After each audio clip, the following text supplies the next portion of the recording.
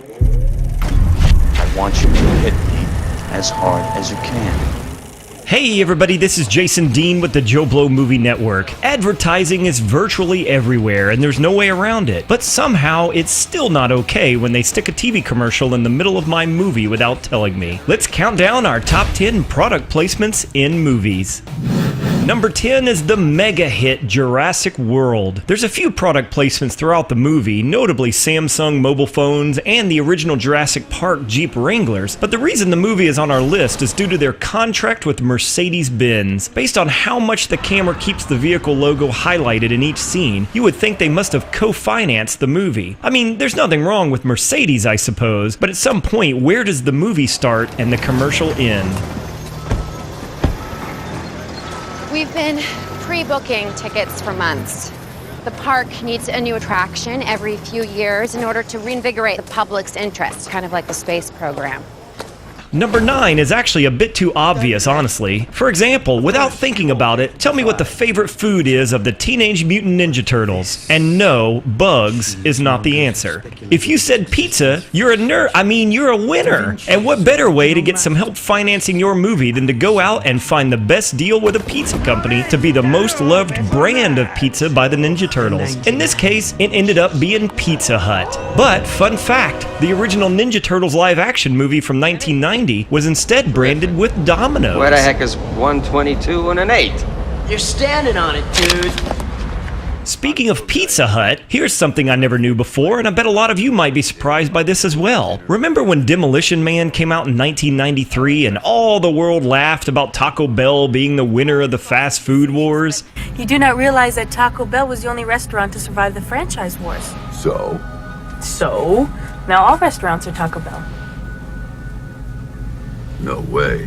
This is brilliant comedy writing, whether you like the movie or not. So obviously, Taco Bell paid a lot of money for this kind of publicity in one of the biggest movies of that year. But you know who owns Taco Bell? Yum Brands. They also own a lot of other stuff, such as Pizza Hut. Here's where things get weird. The American version of Demolition Man is of course focused on Taco Bell as the brand in the movie. I would like you to accompany me to Taco Bell. Look forward to it. Thank you. But in international markets, the movie was heavily modified with new graphics and voice dubbing to say Pizza Hut. I would like you to accompany me to Pizza Hut. Pizza Hut? Take me to dinner at Pizza Hut. He says I saved his life, which I'm not even sure I did, and my reward is dinner and dancing at Pizza Hut? I mean, hey, I like a big fat piece of pizza, but come on! Your tone is quasi-facetious, but you do not realize that Pizza Hut was the only restaurant to survive the franchise wars. So? Now all restaurants are Pizza Hut. Since the money all comes from Yum Brands directly, they decided that the more universally recognizable global brand under their umbrella was Pizza Hut and had it changed in the international version. Coming from an American, I have to say this new info was bizarre to say the least.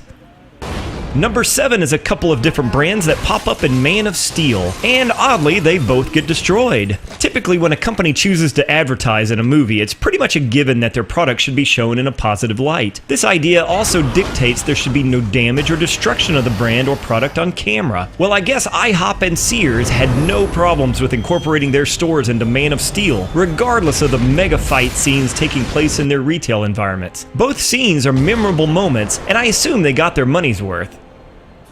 Number 6, The Internship. Vince Vaughn, Owen Wilson. It's like Wedding Crashers, but instead of weddings, they crash Google. That's right, unless you were one of the 10 people that saw it, it was about Google. The whole movie. Google, Google, Google. That's it, just Google. The movie, basically. You know, just in case you hadn't heard of Google, and you're new to our planet, this movie will get you up to speed. Picture the greatest amusement park you've ever been to as a kid. Now imagine a place nothing like it and 1,000,000 times better. That's where we are.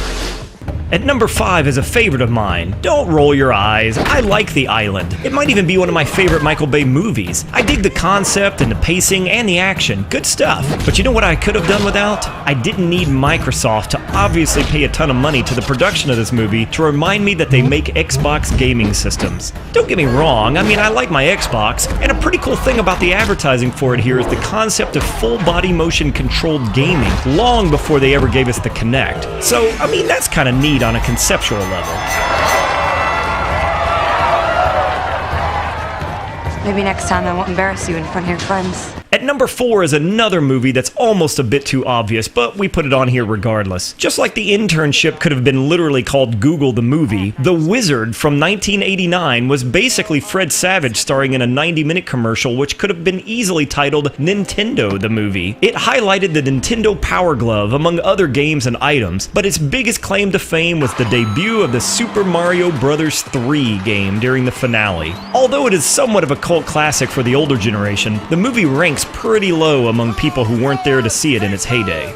World War Z lands at number 3 for one moment that was so strangely obvious as a 15-second inserted TV commercial that we had to put it in here. Brad Pitt, for almost no reason whatsoever, stops by a soda machine and grabs an ice-cold, refreshing Pepsi Cola and drinks it down, and then heads off to face zombies afterwards. I guess there's always time for Pepsi. At number 2, the 2005 version of the Fantastic Four had a scene that was a literal billboard of 20 or more companies paying to throw their logo into a big summer blockbuster film. Let's take a look at this still shot and see how many you can find. It's kind of like Where's Waldo, but with companies who generally take your money in exchange for mediocre products and services. Hooray for capitalism! This scene goes on for quite a while too, just to make sure they could get as many logos in there as they could for as long as they could. And our number 1 is the franchise that is probably the most shameless in product placement. It's the Michael Bay world of Transformers. Age of Extinction was particularly bad with this Beats by Dre moment. You like music? The pill. This Oreo cookie vending machine transformer, this Victoria's Secret bus being blown up, among countless others. Even worse, though, was the scene with the Bud Light truck getting destroyed while Mark Wahlberg gets out and takes a drink. Your car? Huh? But not one to be content with a single focused branding moment, let's throw in a Goodyear logo right behind the actor during this confrontation. This, of course, doesn't even mention the literally hundreds of other product logos and placements throughout the movie, including the General Motors partnership. What people seem to forget about all of this, though, is that Transformers itself started life as nothing more than a 22-minute animated TV commercial to do nothing but sell toys. And that's why the irony of this entry on our list sticks out at number 1. So there's our top 10 product placements in movies. I'm Jason Dean for the Joe Blow Movie Network, and thanks for watching.